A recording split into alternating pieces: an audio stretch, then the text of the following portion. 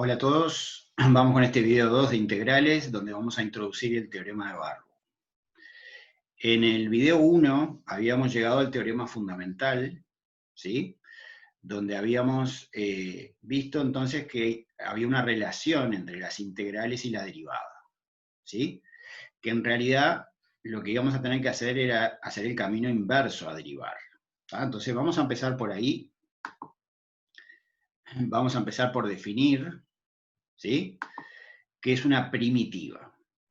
Diremos que una función f grande de x es primitiva de una f chica si solo si la derivada de la f grande es la f chica. ¿Tá? O sea que observen que justamente esta definición tiene que ver con lo que habíamos visto en el otro video con el teorema fundamental, ¿no? ¿Sí? Simplemente le estamos poniendo un nombre a ese camino inverso a derivar que va a ser primitivizar. ¿Tá? Hallar f grande a partir de f chica es primitivizar la f chica. ¿Tá? Es encontrar una función que al derivarla te dé la f chica. ¿Sí? Una notación posible para la f grande es este símbolo, que es el símbolo de integrales, pero vieron que a diferencia de lo que vimos en el video 1, no aparecen límites de integración. ¿Tá? Entonces, si no aparecen límites de integración, en vez de leer esto como integral de f, lo leemos como primitiva de f. ¿Tá? Así que la f grande es una primitiva de la f chica. Un ejemplo. Queremos hallar una primitiva de la función x al cuadrado. ¿Tá? F chica de x es x al cuadrado, queremos hallar una primitiva, ¿no? ¿Tá? O sea, queremos hallar la f grande. ¿Sí? Entonces, lo primero es que recordemos que este tipo de funciones, x elevado a un número, ¿qué era lo que pasaba cuando la derivábamos, no? ¿Tá? Recordemos esto. La derivada de un x a la alfa era alfa por x a la alfa menos 1. ¿Sí? Una consecuencia entonces de esto es que cuando derivábamos x elevado a un alfa, lo primero que ocurría era que ese exponente bajaba en una unidad. ¿Sí? Entonces, si yo estoy tratando de pensar en una función que al derivarla me dé x al cuadrado, está claro que es razonable, según este resultado, pensar en x a la 3, ¿no? Porque si al derivarla baja en una unidad y yo quiero que el resultado sea x al cuadrado, parece razonable pensar en x a la 3. Ahora, cuando yo derivo x a la 3, la derivada de x a la 3 es 3x a la 2. No es x a la 2, que es el resultado al que yo quiero llegar. ¿Sí? Es 3x a la 2. Nos aparece este 3 que yo no quiero que aparezca. ¿Sí? Fíjense que ese 3 es fácil de solucionar, porque si yo en vez de derivar ahora x a la 3, derivo un tercio de x a la 3, un tercio es el inverso de ese 3, como la derivada de una constante por una función era la constante por la derivada de la función, ¿no? Ese un tercio va a quedar, ¿sí? Y como la derivada de x3 era 3x2, ahora ese un tercio y ese 3, ¿no? Como son inversos uno del otro, se simplifican y nos queda x2, que es el resultado que nosotros queríamos. ¿Sí? Así que como la derivada de un tercio de x a la 3 es x a la 2, eso leído al revés significa que una primitiva de x a la 2 es un tercio de x a la 3. ¿Sí? Ahora, un tema que ocurre con esto de las primitivas es lo siguiente. Fíjense, si yo a esta derivada que tengo acá, un tercio de x a la 3, le agrego, por ejemplo, no sé, un más 5, si le agrego un número sumando, eso no afecta al resultado, ¿no? Porque la derivada de 5 es 0. La derivada de una suma es la suma de las derivadas. Y la derivada de 5 es 0. O de 6 o de 45, ¿no? De cualquier constante, la derivada es 0. O sea que este no es el único resultado que al derivar, no es la única función que al derivarla te da x2, ¿no? Si yo a un tercio de x3 le sumo una constante, también la derivada me da x2. Así que una cosa importante a tener claro con esto de las primitivas es que el resultado no es único, ¿no? Es mejor escribirlo de esta manera, ¿no? Que la primitiva de x2 es 1/3 de x3 más un k. Cualquiera de estas funciones es una primitiva de x2. ¿Ah? Hay dos resultados bien importantes de las primitivas. Primero, que si tengo una primitiva y le sumo una constante, tengo otra primitiva. Y segundo, que la diferencia entre dos primitivas cualquiera de una misma función tiene que ser una constante. ¿Tá? O sea que ahora sí estoy seguro que estas son todas las primitivas de x2. No hay más. ¿Está bien? Bien, veamos otro ejemplo. ¿Tá? Quiero hallar una primitiva de 1 sobre x. Bueno, entonces tengo que pensar en lo que yo recuerdo de derivada y pensar si hay alguna función que al derivarla te dé este resultado. ¿Sí? Ahí deberíamos recordar que la derivada del logaritmo de x era 1 sobre x, así que la primitiva de 1 sobre x, la f grande, ¿no? ¿Sí? Sería el logaritmo de x más k. ¿No? O sea, ya introduje el más k directamente, ¿no? Estas son todas las primitivas de la función 1 sobre x. ¿Queda claro? Así que esto de primitivizar, ¿tá? De hallar la primitiva de una función, requiere recordar, manejar bien el tema de las derivadas, ¿tá? Pero es un poquito más complicado, ¿no? Porque yo ahora lo que tengo, el x2, lo que yo quiero primitivizar, el x2 en este caso, o el 1 sobre x en este otro, lo que yo quiero es que el resultado de la derivada de eso. ¿Tá? Debo pensar una función que al derivarla me dé eso. ¿Tá? O sea, es el camino inverso a derivar.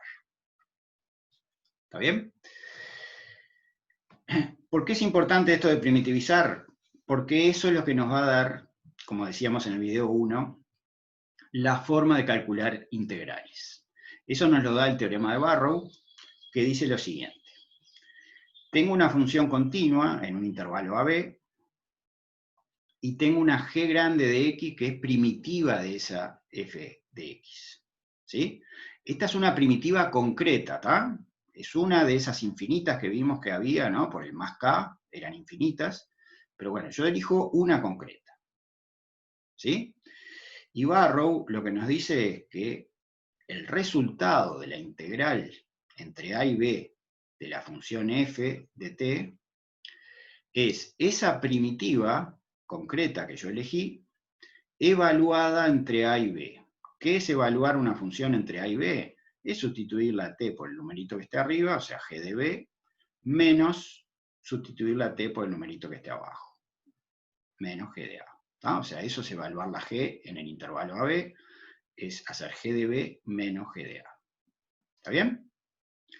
Así que, a partir de este teorema, ¿sí? Que este es el enunciado del teorema, ¿sí? Para calcular una integral, lo único que nos debe preocupar a nosotros es encontrar una primitiva de esta función f chica. Si yo encuentro una primitiva de esa función, lo único que tengo que hacer después es evaluarla, o sea, sustituir la t por b, sustituir la e por a y restarla.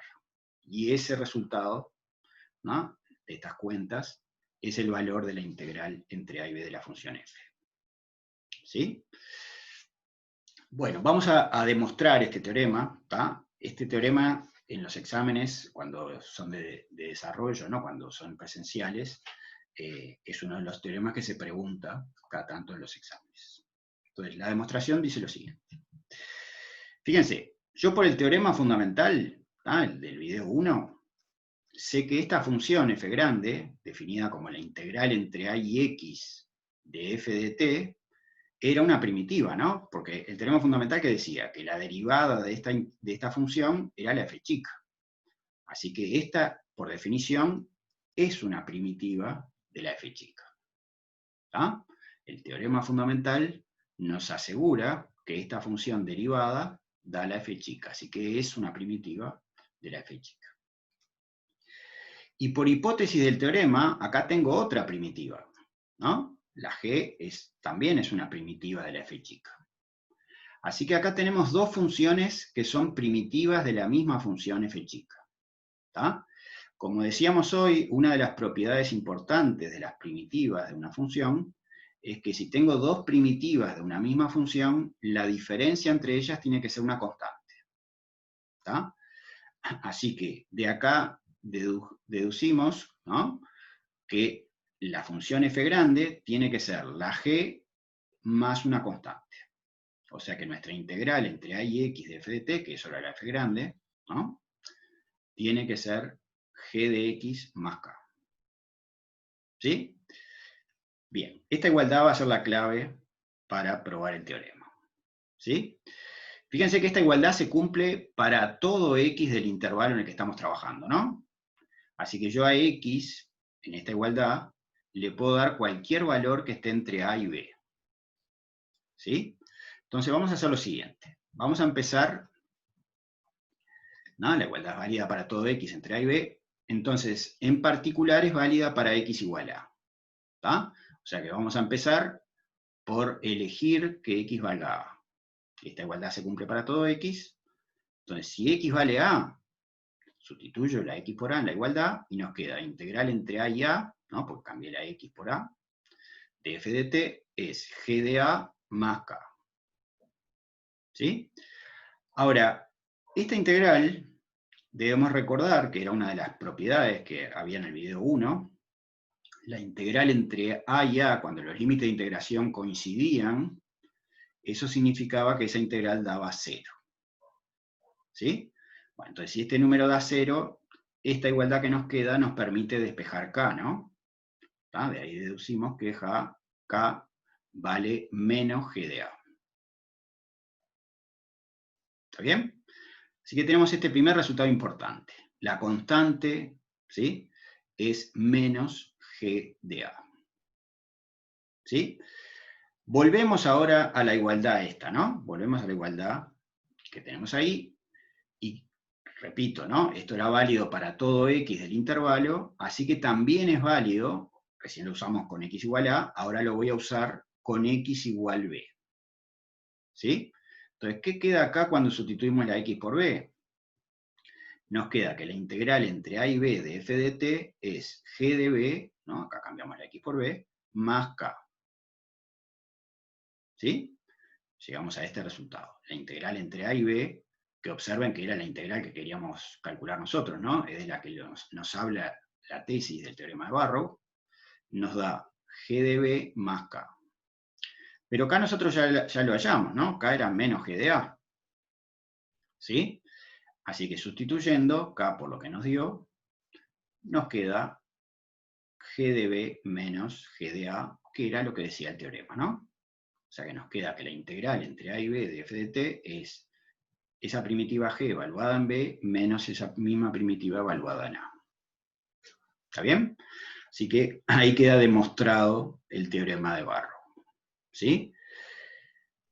Repito, la conclusión fundamental, este va a ser el método para calcular integrales en primera instancia, siempre y cuando nosotros podamos hallar una primitiva de esta función. Si yo consigo una primitiva de la f chica, con esa primitiva, evaluando entre a y b, nos queda calculada la integral.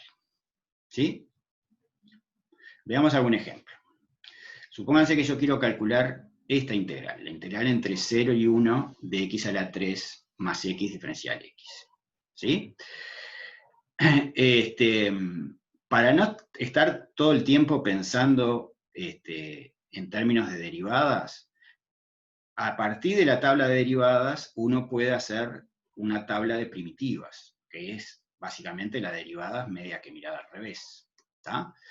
Acá tenemos esa tabla de primitivas. ¿Tá? O sea, acá en la primera columna tenemos la función f chica, y en la segunda columna sería la f grande, ¿no? O sea, serían primitivas de la f chica. ¿Está claro? Todos estos resultados, ya les digo, surgen de mirar la tabla de derivadas al revés. ¿Sí? Entonces es más práctico ya manejarse directamente con esta tabla de primitivas que la tienen en las notas del curso. ¿Qué cosas hay que agregar a esta tabla de primitivas? Bueno, las propiedades que ya vimos en el video 1. Por ejemplo, quiero calcular esta integral. Lo primero que debo observar es que tengo la integral de una suma de dos funciones. Bueno, teníamos una propiedad que nos hablaba de eso, ¿no? teníamos una propiedad que nos decía que la integral de una suma es la suma de las integrales. O sea que yo puedo pensar, por un lado, la integral de x a la 3, y por otro lado, la integral de x. También se puede resolver todo junto, ¿no? Pero, por ser los primeros ejemplos, vamos a hacerlos despacito. Separo en dos, ¿sí? Me planteo la integral de x a la 3, fíjense, para hacer la integral de x a la 3, yo tengo que buscar esta función x a la 3 en mi tabla, ¿no? Es una función de este tipo, es un x a la alfa, ¿no? Donde el alfa vale 3, ¿sí? ¿Y qué me dice la tabla de primitivas? Que la primitiva de x a la alfa era x a la alfa más 1 sobre alfa más 1. Como el alfa es 3, acá queda x a la 4 sobre 4. ¿Sí? Y como el teorema de Barrow me decía que con cualquier primitiva la cosa funciona, yo voy a elegir ya k igual 0, ¿no? No elijo un k, ¿tá? Tomo k igual 0, uso como primitiva x a la 4 sobre 4, que es una de las primitivas de esta función. ¿Sí?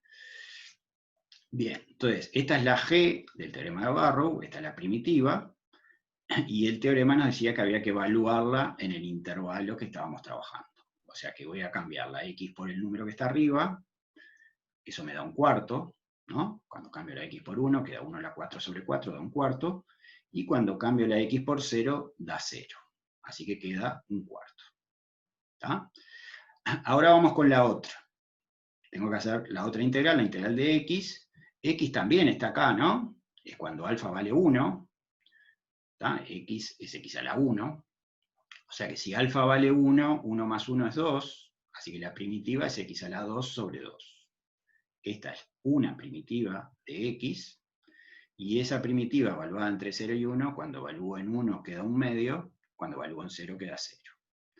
Bueno, entonces si esta da un cuarto y esta da un medio, esta, que era la suma, nos da la suma de un cuarto más un medio, que es 3 cuartos. ¿Tá? Y ahí quedó pronta esa integral. ¿Tá? Así que todo el tema de calcular integrales pasa a ser calcular primitivas. ¿Tá? Si yo deseo hallar una primitiva a la función, evalúo y queda pronto. Veamos otro ejemplo. Supónganse que queremos calcular la integral entre 0 y pi sobre 2 de seno de 2x. ¿Sí? Entonces yo tengo que ver si conozco la primitiva de seno de 2x. Busco en la tabla. Fíjense que acá aparece la de seno de x, ¿no? Ojo que uno dice, bueno, esto es lo mismo cambiando x por 2x. Bueno, no, cuidado, ¿tá? La de seno de 2x está acá abajo, ¿no? Lo que nos está diciendo acá la tabla es que si en vez de x tengo un polinomio de grado 1, fíjense que en vez de x acá hay un polinomio de grado 1, la primitiva es bastante parecida, ¿no? El resultado es cambiar la x por ese mismo polinomio de grado 1, pero ojo que hay que dividir entre a. A es el coeficiente en x. ¿Tá? Así que no es igual. ¿Está bien? Entonces, ¿qué va a dar la primitiva de seno de 2x? Tenemos que usar este renglón. ¿Tá? La primitiva de seno de 2x va a ser menos coseno de 2x sobre 2, porque el a es 2. ¿Tá? El a es el coeficiente en x, que en este caso es 2. ¿Está bien? Así que la primitiva de seno de 2x, según la tabla, según este renglón, es menos coseno de 2x sobre 2. Eso lo tenemos que evaluar entre 0 y pi sobre 2. Así que cambio la x por pi sobre 2. Nos queda coseno de pi sobre 2. Y cuando cambio por 0, nos queda coseno de 0 sobre 2. El coseno de pi es menos 1. Y con el menos queda más un medio. Y coseno de 0 también es 1. ¿No? Así que este también da un medio. Así que queda un medio más un medio, 1. ¿Ah? Ese es el valor de la integral.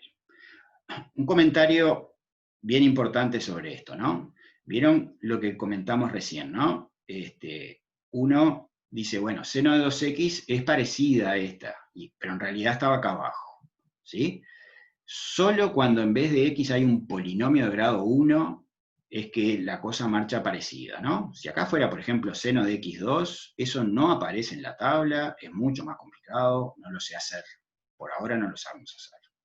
Y fíjense que eso pasa no con esta primitiva, pasa con todas, ¿no? Si aprenden a leer un poquito la tabla, siempre abajo de cada una tienen la misma situación cambiando la x por un polinomio de grado 1. Esta que está acá es esta cambiando la x por un polinomio de grado 1. Esta que está acá es la de arriba cambiando la x por un polinomio de grado 1. Lo mismo acá, esta que acabamos de usar. Todas son iguales, ¿no? O sea que parecido es solo cuando en vez de x hay un polinomio de grado 1. Si en vez de x hay cualquier otra cosa, un polinomio de grado 2 o cualquier otra cosa, eso no es parecido. ¿Tá? Y en principio no está en la tabla. Bien, vamos a ver este otro ejemplo. Queremos hallar el área de una región, ¿tá? De una región D, que está limitado por el gráfico de la función x al cuadrado, el eje OX, en el intervalo 0,2. ¿Tá? En el intervalo 0,2. O sea, graficamos la función, ¿no? La gráfica es x al cuadrado, ¿tá? La parábola esta, ¿no? Era en el intervalo 0,2, ¿tá? O sea que estamos desde 0 hasta 2. La región, entonces, es esa que está pintada en violeta, ¿no? Esa es la región D, ¿tá? Eso es lo que nos están pidiendo que calculemos. Queremos calcular esa área. ¿Está bien? Entonces, lo primero es observar que nuestra función es mayor o igual que 0 en ese intervalo, ¿no? La gráfica está por arriba del eje de las X, y eso es bien importante porque lo que vimos en el video 1 es que cuando la función era mayor o igual que 0, eso era el caso 1, y eso significaba que el área, que es lo que nos están pidiendo a nosotros, es igual a la integral. ¿Sí? Fíjense que ahora estamos dando vuelta a lo que hacíamos en el video 1, ¿no? En el video 1, los pocos ejemplos que hicimos, calculamos la integral viendo que era igual al área, ¿no? Porque nos quedaban áreas fáciles de calcular, nos quedaban un triángulo, rectángulos, cosas fáciles de calcular. Bueno, en la práctica, después la historia se da vuelta, ¿no? Lo que nosotros ahora sabemos hacer es calcular integrales, porque de eso nos habló el teorema de Barrow. El teorema de Barrow nos enseñó a calcular integrales, ¿sí? Entonces, ahora cuando tengamos que calcular áreas, yo tengo que ver qué relación hay entre esa área y las integrales, para transformar mi problema de área en un problema de integrales, que es lo que vamos a saber calcular. ¿Tá? Fíjense, esta integral es bien fácil de calcular, ¿no? Yo preciso una primitiva de x2, si voy a la tabla, la primitiva de x2 es x3 sobre 3, ¿sí? Así que lo único que tengo que hacer es evaluar esa primitiva entre 0 y 2. Cuando evalúo en 2, 2 a la 3 es 8, o sea que queda 8 tercios, y cuando evalúo en 0 queda 0. Así que el resultado es 8 tercios. Luego, el área de esa región D es 8 tercios. ¿Está bien? Vuelvo a insistir, ¿no? Lo importante de este ejemplo es ver que en la práctica uno lo va a terminar haciendo al revés a como lo estábamos haciendo en el video 1. ¿Sí? Para calcular áreas, lo primero es ver en qué caso estamos, para saber si el área es la integral, es menos la integral, o tengo que partirlo porque cambia de signo, ¿sí? Y entonces transformar mi problema de áreas en un problema de integrales, porque yo lo que sé es calcular integrales utilizando el teorema de Barrow. ¿Está bien? Bueno, eso es todo. Seguimos en el próximo video.